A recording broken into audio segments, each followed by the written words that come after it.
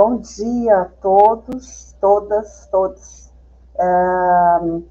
Então, eu vou começar apresentando a doutora Tahani Mustafa, em inglês, como é de hábito. For those who don't speak Portuguese, good morning, nice to have you back.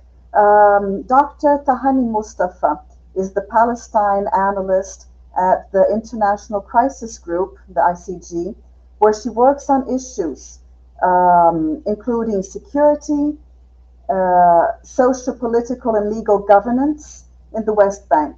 She holds a PhD in politics and international studies from the School of Oriental and African Studies, SOAS, from the University of London. She's based in the UK, Jordan, and Palestine, or best, between the UK, Jordan, and Palestine. So great to have you here, Tahani. It's a pleasure to listen to your class today.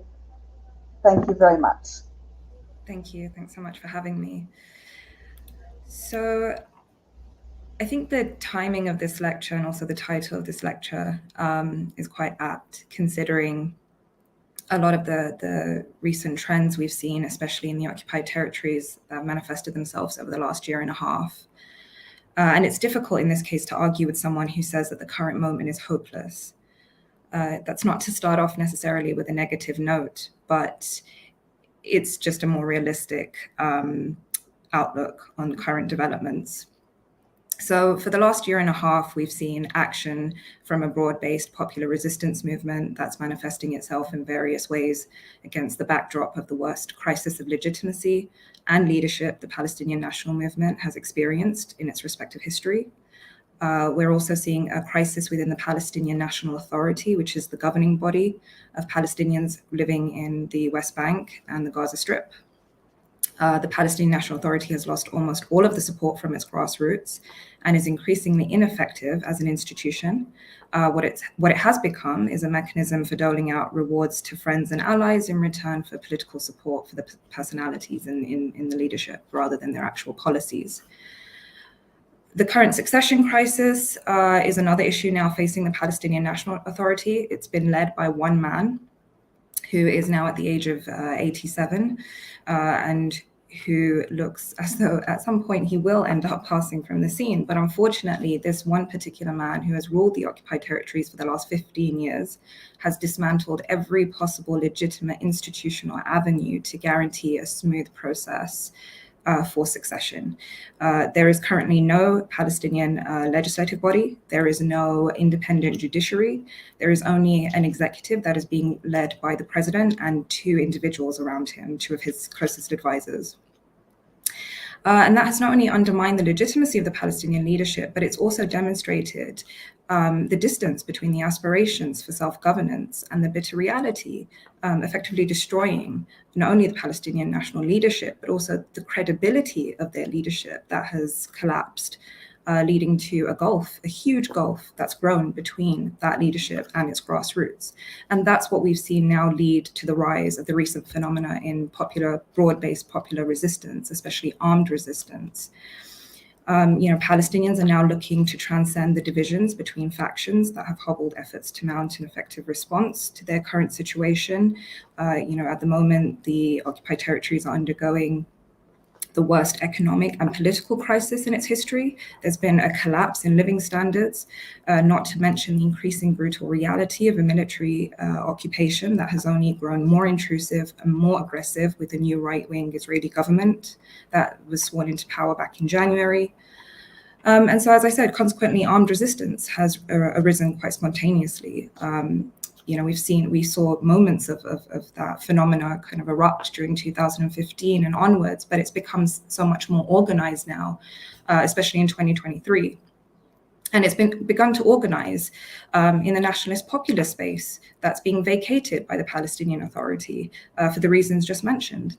The PA has become increasingly incapable of fulfilling its role as a service provider, and more importantly, being able to manage the security chaos, as a lot of Israelis and international Western observers are calling it now. And it's precisely not just the economic and political crisis we're seeing from the Palestinian Authority, but also, as I mentioned, a lot of the Israeli policies of control over the territories that have become far more violent, especially over the last year. and that has effectively, as the saying goes, violence begets violence, and that has really accelerated this phenomenon of discontent, not only in terms of the bleakness of life for Palestinians, but also in terms of their response and pushback that we're now seeing, which is becoming increasingly violent. And you're seeing local communities really facing the blowback for that. Places like Nablus, places like Jenin. In places like Nablus, which used to be a commercial hub, we're seeing a huge economic crisis, or a further economic crisis hit the city, because Palestinians from 48, which was a huge, source of revenue, no longer want to come in and purchase and consume. We're also seeing the lack of foreign nationals enter the city itself. So it's really just accelerating a lot of the crises that were already pretty much pre-existing. And at the same time, just fueling even more discontent on the ground. And the worst part of this is that you now have a leadership that's too busy infighting over succession to actually focus on trying to improve the situation on the ground. And if anything, in many cases, a lot of these elites that are in the forerunning for succession are simply fueling that fragmentation and division on the ground to prop up their own supporters and positionality, to put themselves at the forefront. But I think what this moment also shows us is that as much as groups, these armed resistance groups, especially groups like the Lion's Den, the Jenin Brigades, groups that are now starting to proliferate across the occupied territories, where it was once limited to the north, is now moving into places like Hebron in the south, Jericho, Tubas, Tulkarm. And again, these are happening in areas, or they're proliferating in areas which are ultimately expected. I mean, we're largely seeing this proliferation in places like refugee camps, again, where living standards are low, where the PA is marginalized, where discontent is rife, where you're constantly faced with the daily realities of an incredibly brutal occupation. But I think ultimately what this also shows us is that as much as they've gained momentum, they're still very limited in their capacity and numbers. Their impact is still very much limited to the kind of rhetorical support that they're getting, the symbolic support. But in terms of the numbers that they're able to draw, it's still quite limited. At the same time, this also is very emblematic of the problem of Palestinian opposition and civil society, in that the core challenge here for the rising resistance across Palestinian communities is its lack of an overarching unifying narrative. For a lot of Palestinians, reverting back to that process of armed resistance still brings back a lot of the traumas of the consequences of what that can then entail.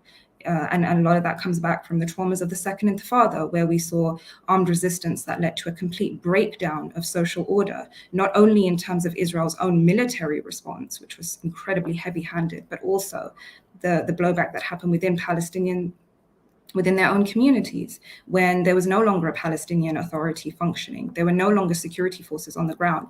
And a lot of these vigilante groups that propped up started to rape and pillage their own communities. There was a lot of protection racketeering. And a lot of that trauma hasn't still resonated and manifested itself till today, which is why I say that as much as these groups are gaining, momentum in the popular consciousness, they're very limited in terms of the numbers that they're drawing in. And again, that goes back to the lack of any consistent unifying discourse amongst Palestinian civil society, which is so deeply fragmented, so weak. It has no common discourse. There's nothing resembling that. There is a common consciousness, but it's not coordinated. And the current state of Palestinian political society and opposition, again, is lacking, severely lacking in any tangible vision.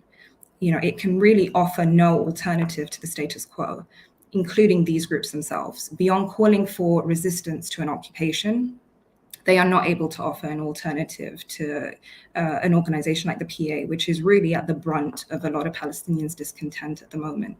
The PA is very much the root of why we've seen the national movement, the plurality that used to characterize Palestinian society.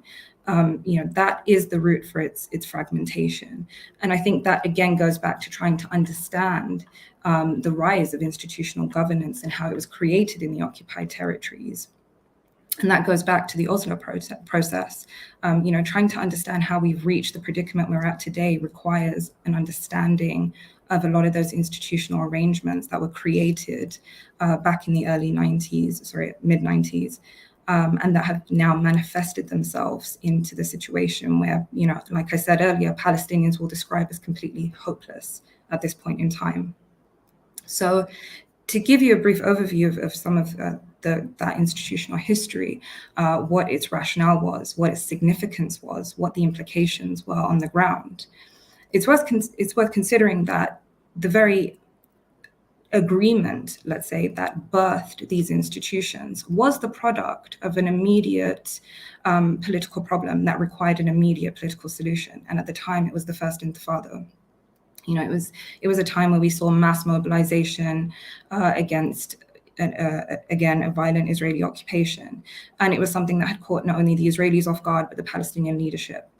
There were also, each side had its own rationale for wanting to even partake and enter into this agreement. For the Israelis, it was about trying to manage, the chaos that had ensued with the Intifada, the pushback that it was getting from Palestinian society. And then for the Palestinian leadership, they had their own political reasoning behind this, which, at the time, the PLO was being increasingly marginalized within regional developments. It was losing its logistical base, its political bases in places like Lebanon. It had made some, risky political decisions, costing it a lot of regional support, such as supporting Saddam Hussein in the First Gulf War. So there were a lot of incentivizations on both sides to enter an agreement that ultimately neither effectively wanted.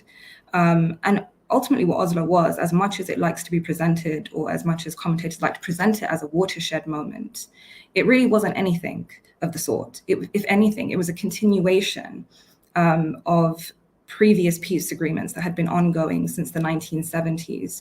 What it ended up doing was actually materializing a lot of the Israeli vision for what it had essentially thought of in terms of Palestinian self-determination, which in the Israeli peace narrative is not self-determination. For Israel, for the Palestinians, they think of self-determination in terms of autonomy, having Palestinians manage their own affairs. But to a limited extent. It's more like a devolution of certain responsibilities, but never relinquishing control over the land itself, but rather managing a population it really didn't want any significant dealing with. For the Palestinians, on the other hand, for them, they understand this to be self-determination in the purest sense, right? To lead to a state, to lead to some level of sovereignty, to give them their rights, their basic rights. Unfortunately, those two narratives have always spoken at each other rather than with each other. And in the case of Oslo, in the case of most peace agreements, it's always the stronger party that holds the most sway when it comes to what ends up materializing on the ground. And that was essentially the case in this instance. Oslo effectively cemented a lot of the power imbalances between the Israelis and Palestinians.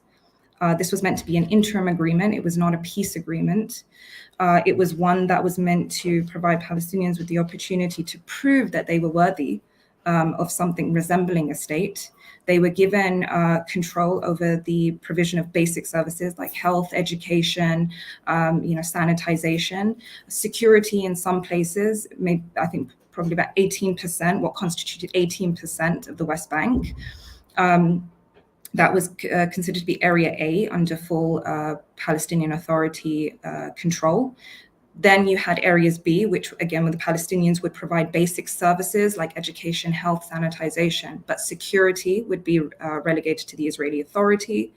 And then area C, which constitutes 60% of the West Bank. And that is under full Israeli control. And that situation has not changed. That circumstance has not changed. That distribution of territory has never changed since. But what it did do was effectively, again, cement that power imbalance. So as much as the Palestinian Authority was in charge of affairs in Area A, Israel still relegated itself the right to what it called hot pursuit, which meant that at any time it can come in, conduct incursions, conduct targeted assassinations, if it feels like at any point its security is under threat. And that was something else that I think has been very much underplayed, especially when we talk about state building. and quasi-state institution building in the Palestinian context, was the significance of a security narrative that surrounded the entire process. For the Israelis, it was about guaranteeing their own security. And who could do that better than the Palestinians themselves? Who could police the Palestinians better than the Palestinians themselves? That was the rationale at the time. For the Palestinians, again, they were in a desperate situation. So this offered, a kind of a leeway out for the Palestinian leadership in some ways. Now, the state building process itself, as almost problematic as it was from the start in terms of its rationale, the significance of Oslo, or one of its most odious legacies, is the creation of the Palestinian Authority, which was charged with doing precisely all of these tasks, right? Providing basic service provision while also guaranteeing security for Israel. Now, as much as the Israelis like to present the narrative that, the Palestinian security forces have the mandate to guarantee Palestinian security on some level, it was there are certain institutions that were very clearly mandated in those accords, such as the Preventative Security Force, which is a substantial security, politically speaking, a substantial security branch of the Palestinian security forces. That branch, its mandate is inherently political. Its mandate is to specifically ensure that there is no challenge to the status quo. The same with the general intelligence services and the military intelligence. You have the civil police who are in charge of ensuring that mundane crime, is managed and controlled within Palestinian communities. But again, Palestinian communities are very tight-knit communities. It's not really something that requires state enforced law and order. A lot of these issues tend to get very much dealt with within the confines of the community and a very kind of at a very community level. So this entire kind of state building farce wasn't lost on Palestinians at all. What Oslo ended up also doing, which was even more detrimental if we're talking about the kind of political pluralism and entrenched authoritarianism that then followed, and really the shrinking space for civil society, and the lack of accountability on pretty much any stakeholder involved in this conflict, was not only the creation of the Palestinian Authority, but more importantly, by creating this body, it shifted the center of gravity of Palestinian politics geographically and politically into the occupied territories. So now, where previously we had the Palestinian Liberation Organization, that was specifically a national liberation organization dedicated to the liberation and advocating for Palestinian political rights, you now had it morph into what should have been two separate bodies have effectively become one over time, because the leadership has pretty much remained one for both institutions. The same people that lead the Palestinian Liberation Organization up until today are the very same people that also head the Palestinian Authority, which has meant over time the two institutions have effectively merged into one almost.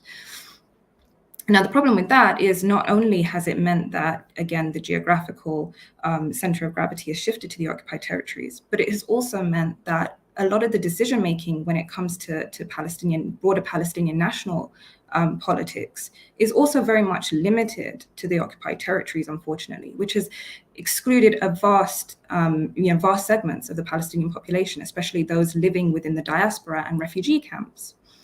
And so now today, when we talk about elections, whether we're talking about elections to the Palestinian Authority Legislative Council or the PA presidency, or if we're talking about elections to the Palestinian National Council, the largest segment of Palestinians to determine who the leadership of the next national movement will largely be from those from the occupied territories, because those within refugee camps cannot vote. Logistically, it's not easy to provide the means to do so. And the same for those in the diaspora, especially those living within Arab states, where you cannot have, any kind of or demonstrate any political loyalty to more than one state entity. So elections are an absolute no-go in places like Jordan, or if you're talking about Palestinians in other Arab states like Lebanon, Syria, wherever.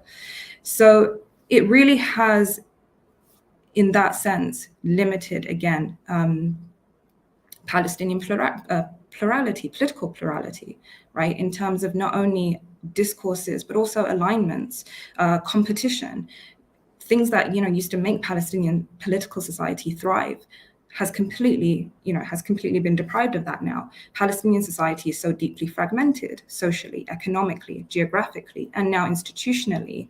If we're talking about the divisions now between the West Bank and Gaza, which again happened after the second election in Palestinian history in its almost 4 decades of existence.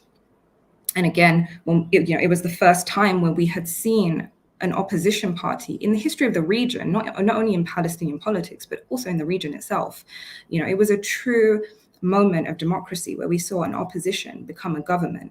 And that process didn't suit either the Israelis or the international community at the time, who had significantly tied a lot of their support and assistance, and especially state-building endeavor in Palestine, to the broader counterinsurgency operations that were happening against the backdrop of the war on terror. We're talking about the early noughties, like 2006. And this had just come off the back of 9/11 and the Iraq war and Afghanistan and the state-building projects we were seeing there. And Palestine was no exception in this instance, if any. And I think Alistair Crook, who is a British intelligence officer, actually does a pretty incredible job at mapping out how strong those ties between the UK and US counterinsurgency, broader counterinsurgency policies and campaign at the time, global campaign at the time, tied into a lot of their then projects that they were trying to implement within the Palestinian context to start propping up Palestinian state building once again after it was disrupted during the Second Intifada. He does a fantastic job, so I'd really recommend a lot of you try and go back and read his piece on that. But more importantly, what it also did was not only fragment Palestinians geographically and institutionally, but it now created a situation where Palestinian politics was being hijacked by 2 competing factions. The Fatah government, or the Fatah faction, leading the Palestinian Authority in the West Bank, and the de facto government of Hamas in the Gaza Strip. And these 2 rival factions have, like I said, hijacked Palestinian politics ever since Hamas had won the election that suited neither Israel or the international community, that then supported a Fatah-backed coup against the elected government, driving them into and confining them within the Gaza Strip. And for a long time, those, reconciliation, or the lack of reconciliation, at this point, we can no longer talk about Palestinian reconciliation, at least not between these 2 rival factions. Palestinians have moved on to this idea of a potential confederation, but no one is deluding themselves into the idea that these 2 factions will ever be able to reconcile. And it's because Palestinian politics, with Oslo, with the advent of the Palestinian Authority, turned into this zero-sum game. The Palestinian Authority gave political elites something more tangible to fight over, which meant it gave them something, an institution, a body that gave them access to wealth and logistics in order to prop up their own power bases. And that was something that they then started to fight over, which meant that their interests became compromised. They no longer started thinking about nationalist aspirations, they no longer continued to think about nationalist aspirations or interests any longer. It was very much a self-interested elite who effectively relied on maintaining this institution and the status quo, whatever its rationale was, whatever the detriment to its own people was, at the exclusion of others. So Palestinian politics became a very, very zero-sum game. And the continued rivalry between Fatah and Hamas really is truly emblematic of that. Just how significantly divisive the institution of the Palestinian Authority has been and still is. And the worst part was that, again, this was no accident. This was something created by design. So at the time when you had these state-building processes start to come into Palestine, which, by the way, was truly one of the first cases where you had state-building from the top down. It was truly an entirely imposed process of institutional management on this population. There was absolutely no consensus even sought from those that they would soon impose this institutional process over. Absolutely none, which has also, been part of the reason why the PA has struggled for a very long time in terms of trying to garner the kind of legitimacy it needs to govern over people without having to rely on the coercive means to do so. But more importantly, and again, this is something that tends to be very much missed when we look at state-building literature, peace-building literature, and this was actually something that's very much symptomatic of state-building processes globally. But Palestine is actually a pretty great example in the sense that it lays a lot of those dynamics pretty raw, because of the way that, the political landscape is very much laid out, is that what this process tried to do, other than impose not only a new governing institution over Palestinians, while still, living under the kind of macro structure of an Israeli military occupation. Importantly, what it tried to do was to structure or restructure the limits of what Palestinians can do and think. In other words, it tried to restructure Palestinian agency. So now Palestinians were expected to no longer think of Israel as their enemy, as their occupier. They were expected to think of Israel as their partner in this wider aspiration of theirs towards statehood. As crazy as that sounds to us today, that is precisely the peace narrative that was being put out there for Palestinians and for the international community for a very long time. And that dissonance was never lost. And in fact, it's that dissonance that has become such a huge problem at the moment for the Palestinian Authority, for the Israelis, and for the international community. Because on the one hand, you are providing Palestinians with these quasi-state institutions that are really not functioning in the ways that they should. There is no basic service provision because of the rampant corruption and lack of any kind of accountability on their leadership, neither from the international community and certainly not expected from Israel. But at the same time, they're still living with the daily realities and manifestations of an occupation. So if you don't live in Ramallah and you live in places like Jenin and Nablus and Tulkarm and Hebron and wherever, you are still faced every day with the reality of an armed Israeli soldier, a checkpoint, barriers, limitations to your freedom of movement. So that dissonance between what they were being told and what was actually transpiring on the ground was absolutely not lost on them. But that process of trying to restructure Palestinian agency, which became so detrimental to effectively destroying Palestinian civil society and the kind of plurality that had really characterized it for such a long time, was, there were a number of different trajectories in which the international community had facilitated that process, that this international sponsored process of state building had facilitated that process. And they had done it through things like donor funding conditionalities. So for example, if you're a civil society organization and you needed international funding for certain projects, the vetting processes for that was incredibly extensive, incredibly intrusive. Everything down to the kind of personal histories of staff, of every single member of staff in your organization, to their political affiliation, to having no history of political activity. So that really then affects who can and can't receive that funding, which then affects how you conduct yourself, right? And the same thing with the Palestinian security apparatus. During the first decade of Oslo, and this was again a fault from which the Israelis had recognized, where civil society was being hit the hardest, the Palestinian bureaucratic apparatus, their international influence was very limited. So where, international donor funding was coming into Palestinian civil society, and where you had an influx of, Palestinian international foreign international NGOs that were kind of starting to hijack that space and competing with local Palestinian NGOs, and really then limiting just how much work that these local NGOs could do on the ground, the kind of work they were doing on the ground. It started to turn into trying to create projects that would vet the most funding. So whatever was kind of, sexy at the time or in vogue at the time with the international community. So not only did that impact civil society level, but on a more bureaucratic level. At that time, international involvement was very limited. And again, that was because Israel, not because there was any negligence or because the international community were, trying to create any kind of independent capacity building. It was because Israel didn't trust a single state within the international community to really conduct that process for them. And that played on Israeli paranoia. The worry was, if you were to provide Palestinians with the logistical capability, especially a strong security apparatus, as much as Israel needed a strong coercive Palestinian Authority to clamp down on any spoilers to this process, the worry was also that what if you have an armed, militarized neighbor within its own borders?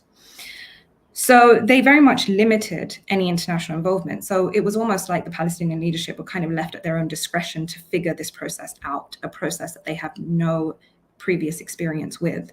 And there were a lot of mistakes made during that early decade. Probably the best experience they had with local policing was through vigilante groups that they had previously, but they had no actual understanding of how a state needed to operate.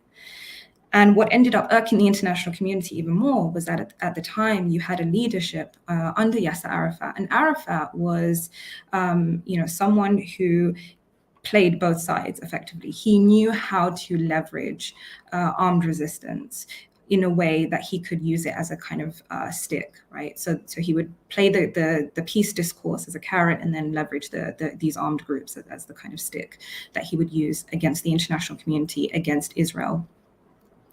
And for that reason, he was deeply unpopular, and also at the time, he tried using the Palestinian security apparatus, an apparatus whose mandate under Oslo was to guarantee Israeli security first and foremost. He would use it as a means of, again, trying to leverage his position, concessions over Israel. So, for example, there were times where he refused to make arrests where the Israelis wanted certain suspects. He refused to hand over certain prisoners. He, was not completely open when it came to intelligence sharing. And that made him, again, deeply unpopular. Now, at some point, again, that dissonance started to unfold during the first decade, where Palestinians were not closer to anything of a state. The Oslo process was meant to be an interim agreement lasting for 5 years. They never reached the state that they thought that they would. Final status negotiations never really came to fruition. What Israel was willing to offer was nowhere near close to Palestinian aspirations or even fair by any measure.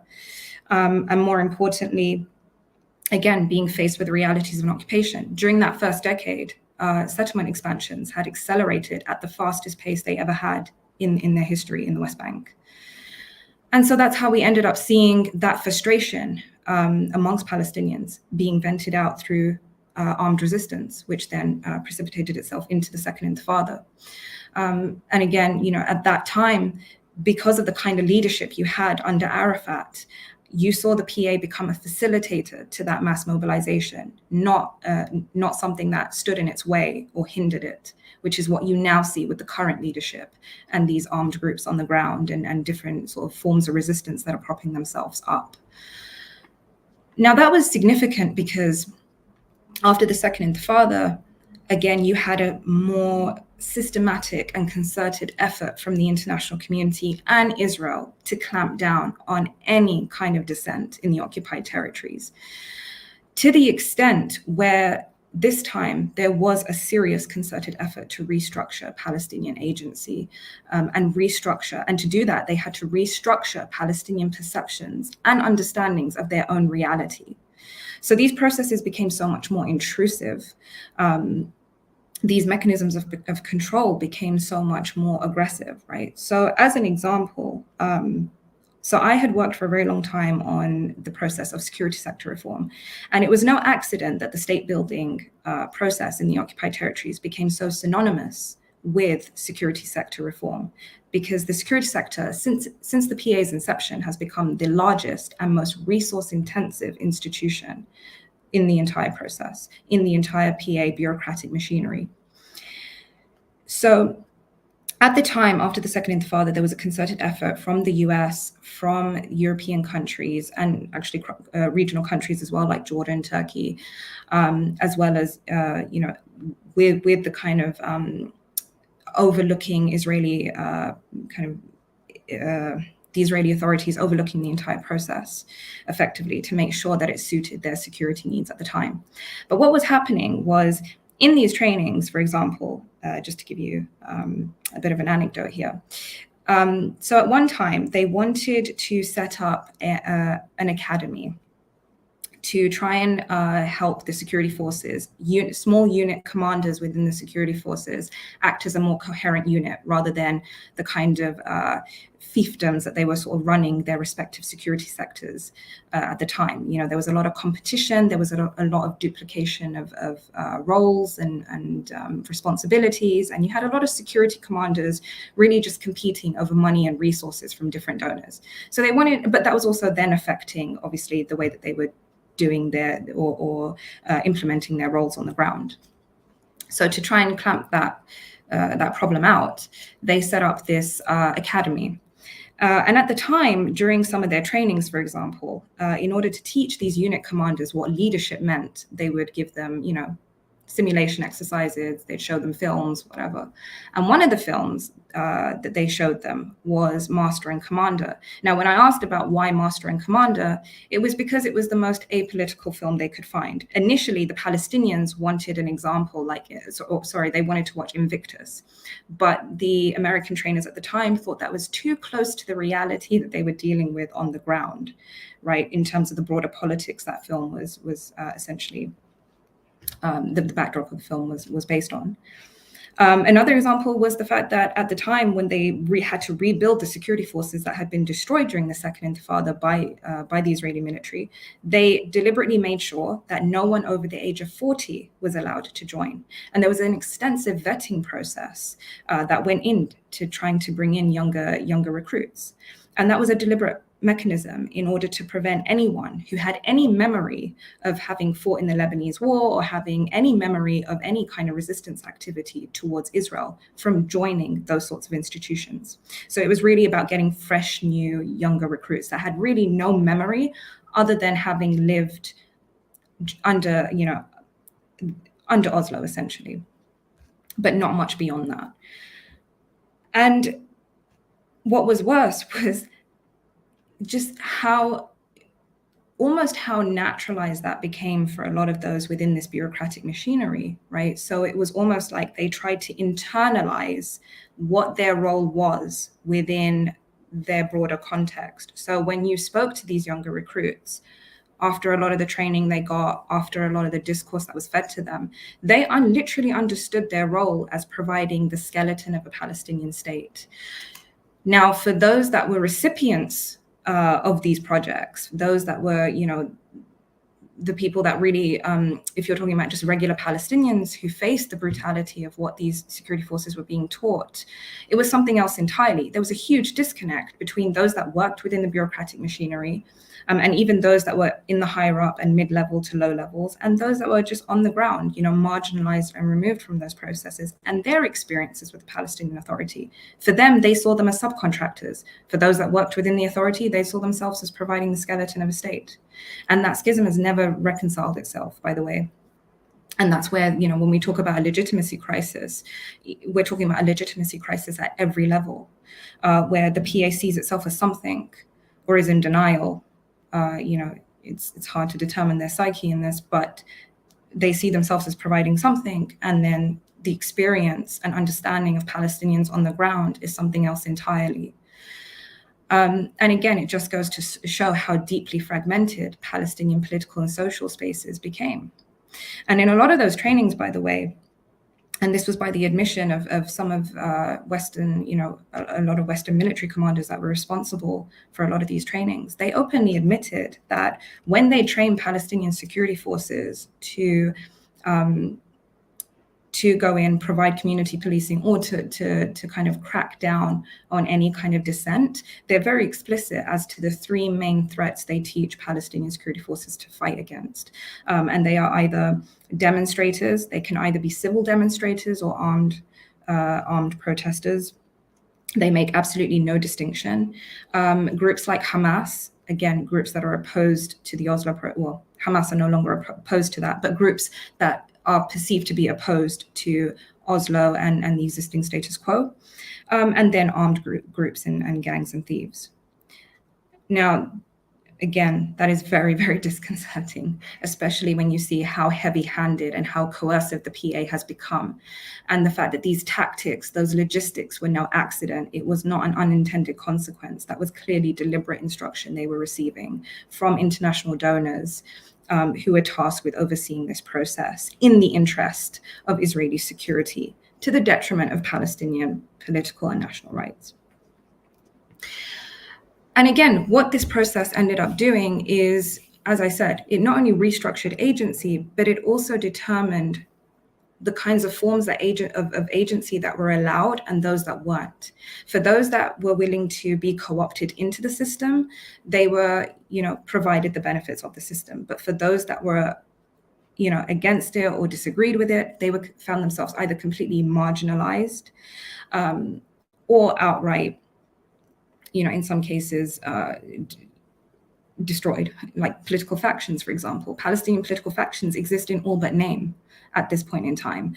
You still have existing political parties, long-standing existing political parties, but they no longer represent any kind of political agenda.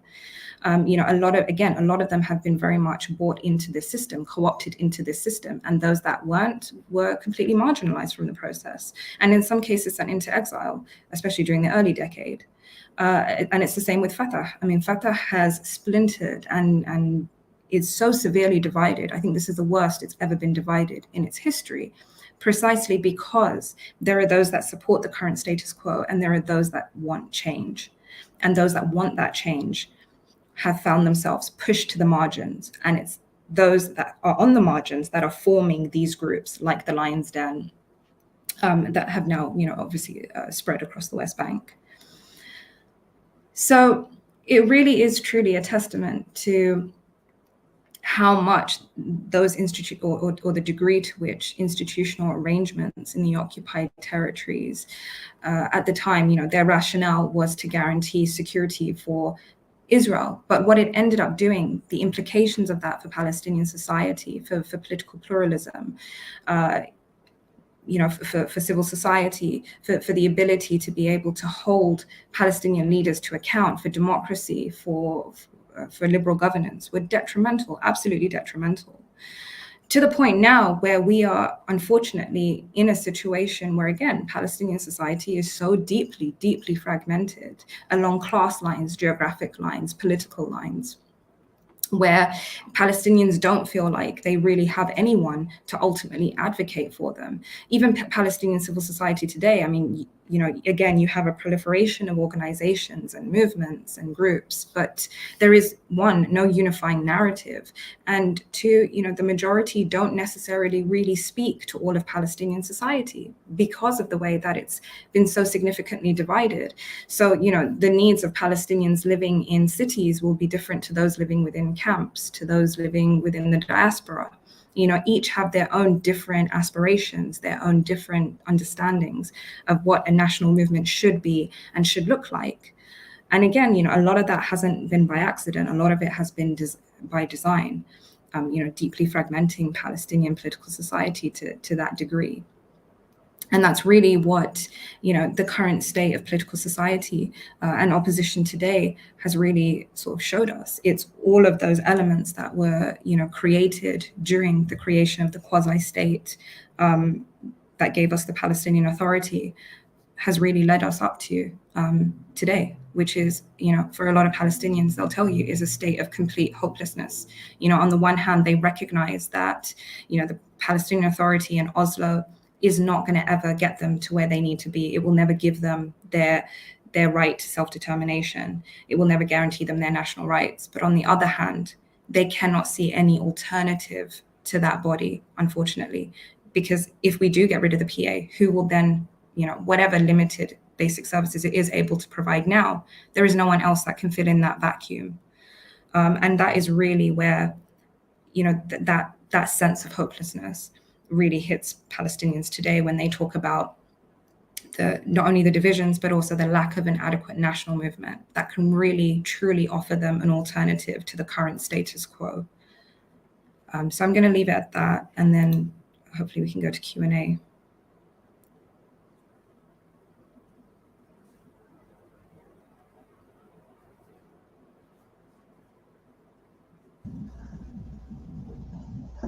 Thank you very much, Tahani, and we'll also welcome Rafael, who will mediate the session of Q&A.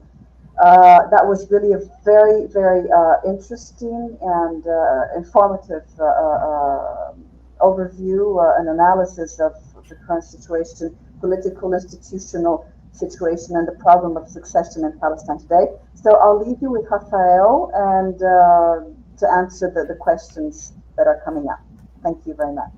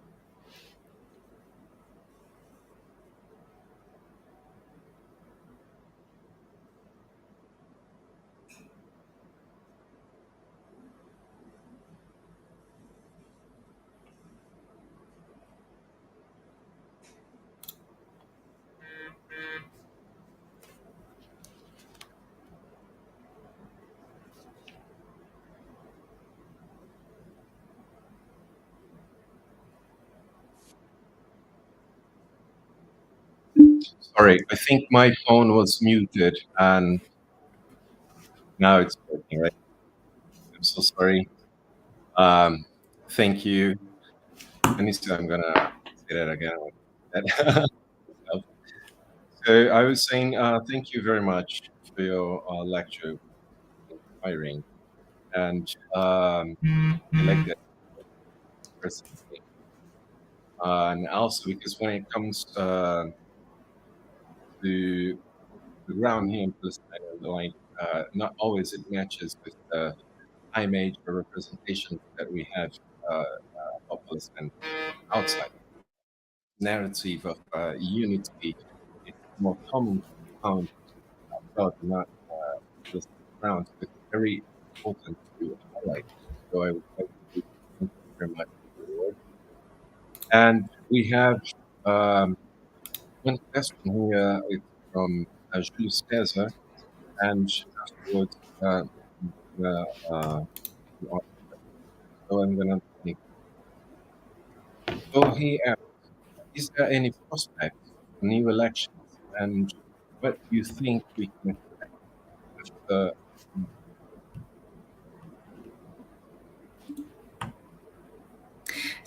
Sorry, I didn't hear the last part of that question. He's asking what you think that people can expect after Abu Mazen. Okay. There is, you want to answer this one and then we go to the next, or? Yeah, I can do that. So unfortunately, it seems like prospects for a new election, at least in the immediate future, seem to be very slim. The current PA leadership has shown no inclination to want to go to elections. It has tried testing the waters, I think, over the last year, and it's done pretty badly in local elections, which has given it no incentive to want to go to national elections. Worse yet, it's showing in terms of popularity and support in opinion polls has just significantly declined and continues to do so. I think for the last 4 opinion polls, Fatah and Abbas is showing has been very, very poor. So there's really no incentivization for them to go to elections. Even Crisis Group had just done a report on managing Palestine's looming succession or leadership transition, and we had mapped out 3 different scenarios, given the fact that we have absolutely no legitimate institutional avenues to pursue elections, because Abu Mazen has managed to get rid of a legislature, which means that constitutional provisions in case he were to pass from the scene tomorrow are not in place. So how would the process then happen? And a lot of Palestinian political elites at the time, and this was, when I say at the time, I mean very recently, were very much in favor of, instead of elections, instead appointing the next president through a process of either the PLO Executive Committee, which is a small group of people selecting the next leadership, or Abu Mazen himself appointing someone. or, allowing things to descend into chaos, which unfortunately, at the time when I was asking political elites whether that was a potential scenario that could materialize, I kid you not when I say this, and it was quite scary to see it, a lot of them actually took that as a serious option at the time, right? And especially security elites. And then they then started to refer to themselves subconsciously as a potential forerunner, and speaking of a potential opportunity, if it presented itself, to emulate the Egyptian experience with some kind of military coup. So they've really shown no inclination to even think about elections. And worse yet, elections were actually the worst case scenario for a lot of these elites, because they know that they will not be able to withstand a popular vote. In terms of what we can expect after Abu Mazen, I think, again, Palestinians are not very hopeful in terms of any positive change in the status quo. And that's because if you look at the forerunners, especially people that they feel the international community and Israel are propping to the forefront, people like Hussein al-Sheikh, for example, they really are not people who are looking to rock the boat in any way. So it really will be a continuation of the kind of status quo we're seeing now. We certainly won't be seeing any kind of receding process of authoritarianism. We won't see really any kind of process of advocating for a political horizon. None of that. I mean, Hussein al-Sheikh's position is very much clear. He's very much a man who's willing to accept concessions in exchange for certain compromises on the Palestinian side, which is what he's shown over the last year or so since we've seen him being pushed to the diplomatic forefront. So Palestinians aren't really expecting things to change in any substantial positive way. Thank you. The next question comes from Mariana. Yep. So she asks you to tell us more about the current state of affairs in terms of overall demands. Is the two states proposal still holding, or what's on the horizon? Sorry. I mean, we do see the PA still pushing the two-state narrative, the two-state discourse, and it would be premature to rule it out. So unfortunately, with the two-state solution, it's been very much tied to the failed process of Oslo. But that doesn't mean that a two-state necessarily is completely, intangible. It's just about how that process is allowed to, take effect. And Oslo has been absolutely disastrous. But that, again, should not mean that the two-state solution in and of itself is not plausible. It's just about looking for an alternative route. But ultimately, one state, two state, Palestinians are not in any way united on their vision for a future. If anything, I think at this point in time, Palestinians don't really have one. They have no idea whether they still want a two state, whether a one state would be the best solution. Israel could very easily oppress them in a one state arrangement as they could in a two state. And they do recognize that.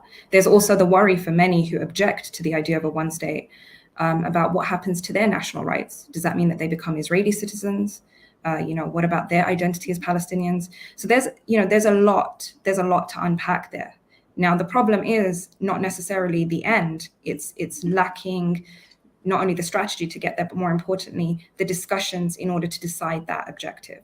So right now, Palestinians do not have the discursive or even physical space to even have these conversations. A couple of weeks ago, we saw an alliance bloc trying to hold a press conference in order to hold a workshop to start thinking about institutional arrangements beyond what has been an ineffective PLO, a stagnant, redundant body for such a long time. And before that could even get off the ground, the PA had raided their offices, their headquarters, arrested their members, and shut down the press conference.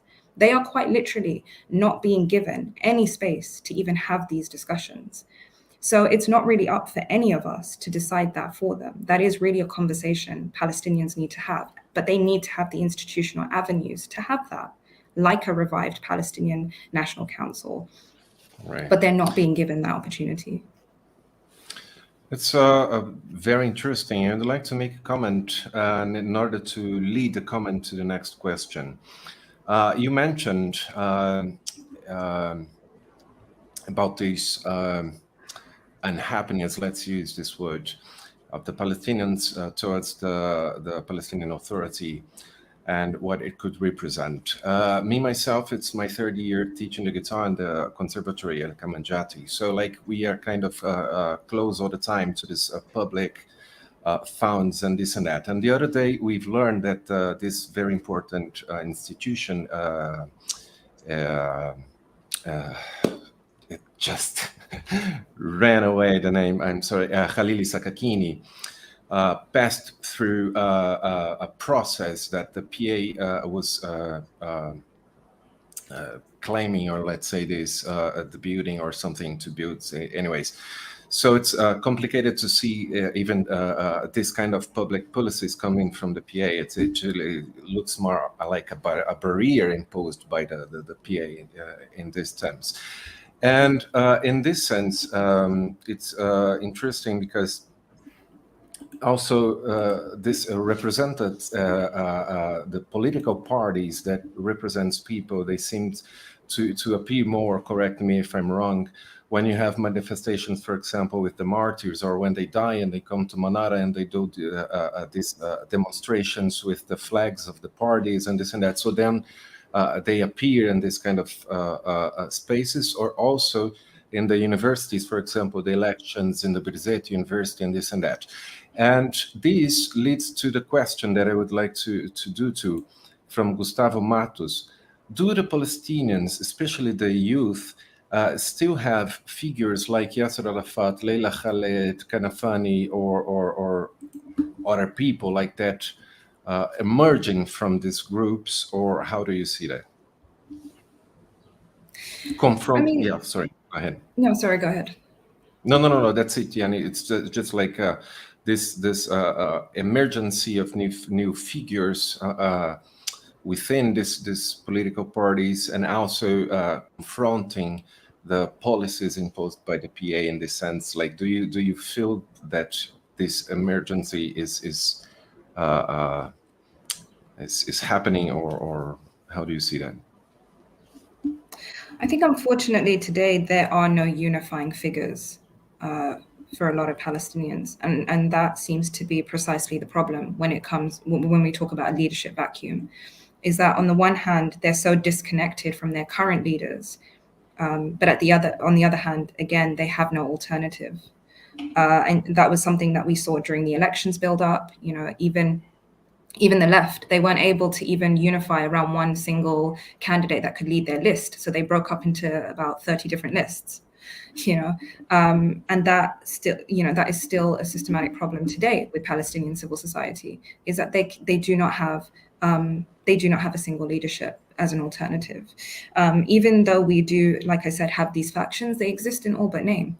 A lot of their interests have been compromised. A lot of them are run by individuals, personalities. A lot of it is based still on personal self-interest. But in terms of being able to represent or advocate for any kind of political agenda, their capacity is non-existent, effectively. They are very similar to the rest of Palestinian civil society in the sense that as much as they may oppose the existing leadership, they are not able to offer a viable way out. Right. Yeah, I think this is already answered, because there was another question here about socialist or popular movements in favor of a strong unity among Palestinians against the Israeli occupation. I think it's already there. Let me see what I have here. This is another question. How do movements like Hamas and Fatah impact the Palestinian political scenario nowadays in terms of civil society, let's say this? I mean, they've been incredibly detrimental to civil society, I think. Hamas in Gaza are behaving no differently to Fatah in the West Bank. Each are trying to protect their respective power base. Each are trying to protect their respective hegemony. Again, the limitations on freedom, the suffocating atmosphere that civil society has to operate under, coupled with the fact that they, in Gaza, unfortunately, are also under an international, blockade and limitations to really the work that they can do, their capacity, their capabilities, and then also having to confront an incredibly authoritarian de facto government in the form of Hamas. And the same with Fatah. And a lot of that has to do, again, with their rivalry. I mean, even today, when you speak to the Palestinian Authority about this phenomenon of armed resistance, even though groups like the Lion's Den, the Jenin Brigades, are very explicit that they're not looking to take over the PA, they are not looking to fight the PA, you'll still hear the PA speak of them in such derogatory terms, where they try and instill fear amongst the local community to limit the support that these groups can get, because they feel it's a threat to their hegemony on the ground. At some point, these groups may be able to challenge them. At some point, these groups may be infiltrated by Hamas. Hamas is the constant boogeyman that the PA deploy when they need relevance, when they need to, try and deflect from their own weaknesses and shortcomings. And that's exactly what you're hearing now. So honestly, Fatah and Hamas have truly not only hijacked the political scene, but been so detrimental in terms of destroying any prospect for any unified national movement. Right. Yeah, I think your answer brings us to the next question. And I'd like to make a comment before too. I remember some years ago when I used to also teach for Kamanjati and going to Jenin. So we cross on the way to Nablus before Jenin, and we cross Hawara. And Hawara nowadays is on the spot because of the things that are taking place there. And the presence of the military is absurd along with the settlers. I'm so sorry. So also the last Saturday we had shooting taking place at the area, and it was like precisely 20 minutes after we crossed. And this brings to the next question. So it's by Julio Cesar. Like, what is the potential for political change presented by the new Palestinian group Alliance then?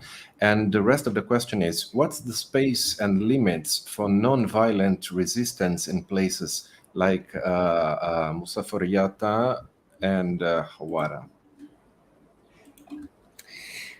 So I think the capacity for political change from groups like the Lion's Den is, again, very limited. Limited in the sense of their capacity, limited in sense of even what this group is trying to achieve, right? So beyond resistance, like physically resisting the occupation, they have no strategy, they have no organization, they have no political agenda. That's pretty abundant in the fact, or pretty evident in the fact that these groups, for example, are not necessarily looking for strong tactical victories. A lot of it is about making an ethical statement, putting their lives and bodies, at the front line in order to fight an incredibly violent occupation, but that's about it. But that isn't enough to really inspire or bring on political change if we're talking about, rebellion or transformation of the existing social and political arrangements. Sorry, could you repeat the second question about this? No, it's what's the space and limits for non-violent resistance in places like this? I mean, look, there's still space, there's still potential. I mean, the broad majority of Palestinians are still very much inclined toward non-violent resistance and protest and seeking those routes in order to attain their rights. But the problem ultimately is the lack. There is no unifying discourse. It's the lack of ability in order to really turn it into some serious cross alliance-based civil movement. And that's where Palestinian civil society has really failed, is that, yes, you can see clusters of demonstrations here and there, but they often tend to implode. Movements that have propped up over the last couple of years, they haven't lasted very long. And it's because they're not able to keep that momentum going. They're not able to bridge the divides at the moment, whether it's social, class-based, geographic, political. And that's really been, the biggest hindrance, I think, for Palestinian opposition. Right. Thank you. So we have a group of 3 or 4 questions that are related to international, to the international scenario, let's say. I think this is absolutely interesting, considering what we were talking before, like this representation about Palestine abroad and complexity of the ground. And this leads us to considering this complexity, this diverse scenario, this controversy many times scenario here in Palestine. The first question is, I'm going to do 2 at once. How could the Brazilian government get closer to Palestine in this sense, also considering the new elections of Lula? And the second one, just to bring it together, since Europe and the USA have not gotten anywhere with their positions, would it be possible to envision China as a future widely support for the self-determination of Palestine? So, I mean, this is actually something that Crisis Group are now trying to work on, which is looking at other avenues that can help elevate the Palestinian position internationally. That means looking at other countries beyond Western states. And, you know, that can, again, that's something that can involve multiple trajectories, you know, the fact that you can generate that kind of popular support that is enough to implement the kind of tangible policy changes at a political level, where your governments can start pushing for Palestinians to be able, or to make certain international avenues much easier for them to advocate. Right, so whether it's using the International Criminal Court as a means to try and pressure Israel and advocate for their own rights, where in the past, you know, Western states have tried to use that as a carrot and stick with the Palestinians, where every time they've tried to leverage their ability to use international institutions in order to advocate for themselves, they've been immediately shut down with threats of, you know, funding being pulled, or you know, having sanctions imposed, or a change in leadership, or whatever. And I think that's really where other states, other non-European Western states, can really come in and try and help Palestinians leverage their ability to be able to use these institutions to their advantage. You know, and I think, again, that goes back into the second question, which is Europe and the US. I mean, unfortunately, as much as we have complete donor fatigue from both of these you know, areas, from both Europe and the US, at the same time, for a lack of better policy, they're continuing to prop up the status quo. Now, can we expect states like China to fill that void?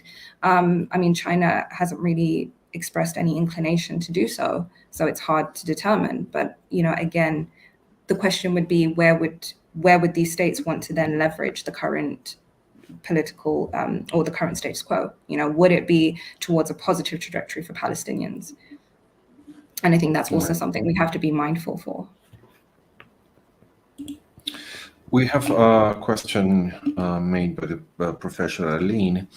Could an international conference of Palestinians from both inside and the diaspora come together to discuss and possibly begin to create an alternative political solution and narrative for Palestine? I mean, it's certainly a great idea in theory, but I think the question would then be, who would those representatives be, right? Who would those representatives ultimately be? If we're talking about the diaspora, who in the diaspora? You know, there are certain voices that are more prominent that claim to speak on behalf of the diaspora than others. And that may not necessarily be actually fully representative of those in the diaspora, right? And the same thing for those within the occupied territories. Which voices are we giving these platforms to? You know, often it tends to be Western educated or the intelligentsia class that tend to shout the loudest and get offered these platforms, which ends up being very, very counterproductive, because they speak an entirely different language. They speak from an entirely different perspective and understanding to Palestinians who are living an entirely different reality wherever they're spread.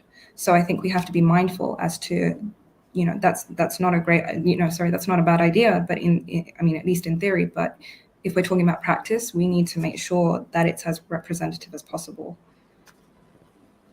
Absolutely. And also, as we see in Latin America, the strong presence of institutions, federations, ruled and driven by Palestinian institutions that not necessarily speak the same language. This is very clear, and it makes it difficult. Let's see. We have another one. Bruno, would popular demonstrations around the world be more effective in changing public opinion so that Israel is pressured to accept more advantageous deals for the Palestinians? I mean, if those demonstrations, it's great to see that solidarity, but ultimately what is needed is for that solidarity to translate itself into something politically tangible. And if that public support is enough to put pressure on their political leaders to start instituting some of those changes, then yes. But at the moment, as much as we've seen Palestinian global solidarity rise, especially in the last couple of years, and especially in places that seem so incredibly unlikely, like the US, for example, it hasn't still been enough to actually create any significant positive, tangible change for Palestinians. And I think that is the main concern here. It's not necessarily about, of course it is about the show of solidarity, but ultimately it can only amount to so much if it's able to actually create tangible changes on the ground. Right. Yeah, that's interesting. It brings to another question. This is a personal question. Frequently, I hear that many significant movements should or would appear from the Palestinians organized from inside, from 48. And so that they could kind of organize a kind of a significant changing in terms of the contextual local reality, let's say. But these Palestinians from 48, even though they are constantly in the West Bank and vice versa, but it doesn't seem that there is this intent of organizing themselves as Palestinians, even though they claim that they are in Palestine and they are Palestinians, as we all know. But it doesn't seem to be appearing this kind of organization. So when it comes to this discussion, it frequently comes to the discussion of Palestinians only from the West Bank. So I would like to hear from you a little comment on this difference between political organizations in the West Bank and 48 Palestine. Absolutely. I think that's, again, very symbolic of the differences and the fragmentation of Palestinian society itself, right? So those living in 48, those living in the West Bank, those living in Gaza, even those living in the diaspora, and it depends where in the diaspora. If you're talking about Arab states that haven't been able to assimilate these populations compared to those that thrive well in Western states, where they're given, at the bare minimum, basic services, interests, objectives, how you understand your national movement, how you understand the objective of political organizing, the language you deploy is so significantly different. And again, if we're going to narrow it down to 48ers or West Bank Palestinians, it's the same thing, and not all 48ers have any interest in wanting to, come under the authority of a Palestinian national authority. Why would you, right? Unfortunately, for all the disadvantages they have to live under, they're still in a somewhat better position than a lot of Palestinians in the West Bank, that absolutely do not have even the freedom to leave the West Bank. You have a lot of Palestinians that have never actually left the West Bank ever. Can you imagine how suffocating that must be? So it really is a testament to just how completely divided Palestinians are, and the real obstacles ahead of them when we're talking about political organizing, and more importantly, in terms of trying to come at one unified objective, because our interests have completely splintered at this point. Yeah, thank you. I think we can maybe do two more questions. So Lorenza is asking you, can you talk about women resistance groups in Palestine, thinking in an international relation context. Is there anything in Palestine that resembles the YPJ in Syria, for example? I mean, resistance groups now today, unfortunately, do not. And that was again that was by design, right? So there was a concerted effort from both Israel and the international community in order to get rid of those armed groups that could operate to the degree that they used to, which was, very much transnationally. We used to have the Palestinian Liberation Army. The factions had, their own armed groups that were spread across different parts of the region. You have Islamic Jihad that kind of operates transnationally, but again, it's still very limited. And if you're talking about its capacity within Gaza and the kind of the way that it's been delegitimized and clamped down upon in order for Hamas to secure its hegemony in Gaza, and then compare that to also the treatment it gets in the West Bank from Israel, from the PA. So there have been concerted efforts from both the Israelis and also the Palestinian Authority in order to make sure that these armed groups have very, very limited capacity. Which means that, even in a place like the West Bank, it's a miracle that we even have the kinds of groups we do that arose over the last year, because the West Bank is so severely cut off from not only neighboring states around it, but also from Gaza, from 48. I mean, it's literally an island with little mini islands within it. And these groups, again, still, suffer from issues of coordination because of how geographically cut off they are from each other. So as much as groups like the Jenin Brigades and Lions Den and Balata Camp can maybe coordinate, you don't have that same level of coordination with other cities. And you're just talking about within the vicinity of the West Bank, let alone transnationally, where the obstacles are significantly even more harder. So at the moment, no, unfortunately, and a lot of that has been by design. Yeah. Julius Caesar is asking you, he asks two questions actually. If you could speak about the persecution that members of the Palestinian National Council suffer, because a lot of them are now in Israeli jails. And also he's asking how laws and regulations are constructed and approved within the PA nowadays. Sorry, could you repeat the last question? How laws and regulations are approved within the PA nowadays? So, I mean, the Palestinian National Council hasn't really been in effect for a very long time. I think they held a session last year, which was boycotted by a large majority of factions, and that was only because at the time, it was very much a rigged process of electing certain members to the PLO Executive Committee, and that was in order to strengthen those particular members' positions when it came to the battle for succession. But the majority of PNC members were completely marginalized from that process. Even people within the PLO Executive Committee were marginalized from that process. Prominent individuals that weren't even made aware of that, that certain individuals had already been appointed. So the PNC has been very much a defunct body for a very, very long time. The persecution they suffer or have suffered, yes, some of their members are in Israeli jails, but the PNC still has quite a significant number of members to them. But it's just it's not necessarily the persecution that makes it defunct. It's the fact that unfortunately you have an incredibly authoritarian authority that has sidelined all institutions. Palestinian politics doesn't operate through institutions any longer. It operates through one or three individuals at most. Which takes us to your second question about how laws and regulations are created. And again, a lot of it is done through presidential decrees. They do not have a functioning legislature.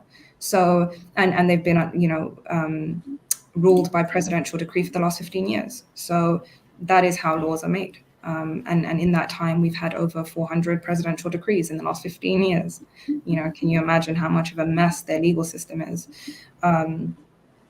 So it's unfortunate, but that is how laws are created and regulations, decided upon. It's very much the decision of three individuals.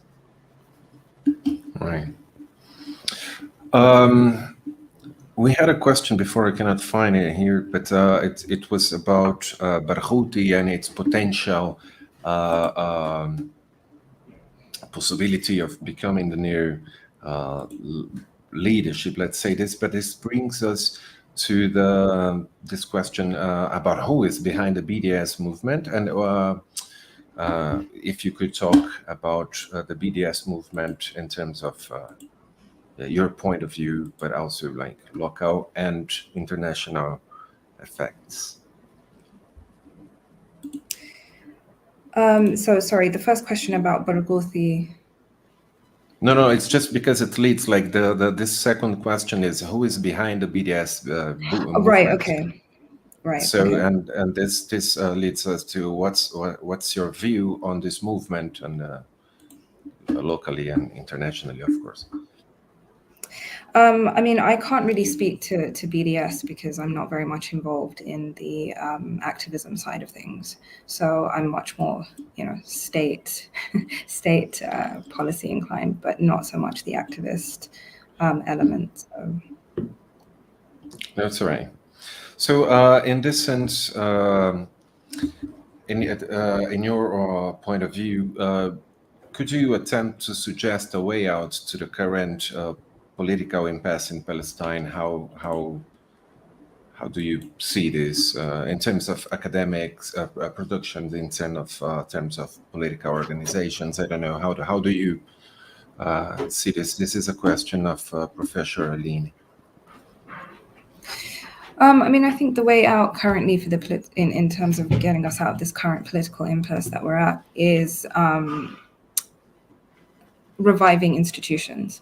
I think that it's not necessarily about the institutions themselves, but what that process can then represent, right? Which is a broader mechanism for legitimate change. So it's about reviving a legislative body. It's about reviving a Palestinian National Council, for example. Providing a change of leadership from bottom up. And then from there, you can start to think about things like how service provision should be provided for, what a new political horizon can be, what are broader Palestinian national goals. But without those institutions, there are very few, if any, means for Palestinians to gather and to start having these discussions. Importantly, at the moment, given how severe living standards have deteriorated at the moment, most Palestinians can't really focus on broader political questions when your priority is quite literally living hand to mouth every day, right? Worrying about where your next meal is going to come from or how you're going to provide for your family. So it really is about tackling first the most immediate issues, which is service provision, giving Palestinians, access to adequate health, education, jobs, and then being able to provide them with the legitimate institutional avenues to start having the broader political questions that they need. But to do that, they need representatives to do that. Nowhere in the world is it possible for everyone to get together and have these conversations. They need representatives. They need legitimate advocates, but people they recognize. And that's where it's really important for the international community to facilitate, not preempt that process as they have done in the past.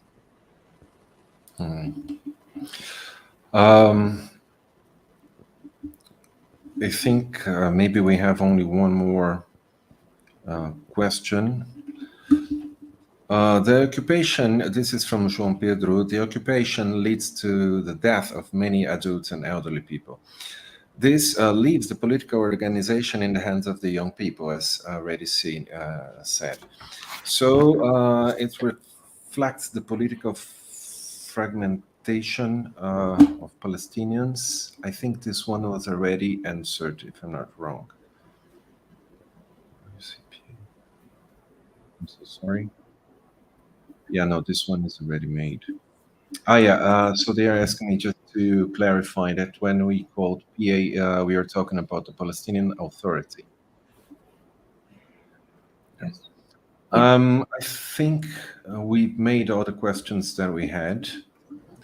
And so I might call back Professor Arlene. But before that, I would like to thank you very much, Tahani. And it was very inspiring. And really, to me, as all the others lectures that we had, this was another one absolutely incredible, bringing us to the ground in Palestine and to new subjects that regularly we don't have access to. So your speech is absolutely important. and we are absolutely pleasured with your presence. So thank you very much. It was a pleasure. Thank you. Thanks for having me.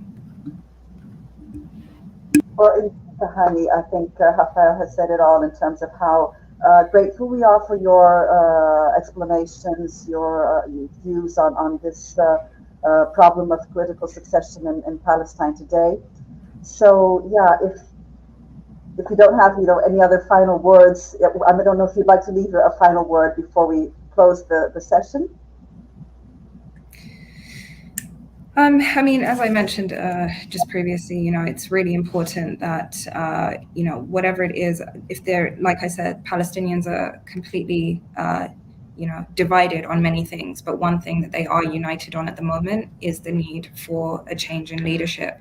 And the one strategy they can all seem to agree on is the need for elections. They want elections. It's not about the process of elections per se, it's what those elections can ultimately represent for them, which is a desperate need for a renewal in order to get them out the impasse that they're at. And more importantly, they need an international community that is willing to put the conditionalities and the pressure on a leadership that is so far really hindering that desperate need for change. And more importantly, to facilitate that process that Palestinians want and to respect whatever the outcome of that process is, which unfortunately we have seen in the past has not always been the case. Right, so thank you very much, Tahani, and thank you very much, Rafael, for mediating this session. So it's great to have you. Thank you for everyone who's been watching and taking this course. We'll be in touch. Thank you. Thanks so much. Thank you.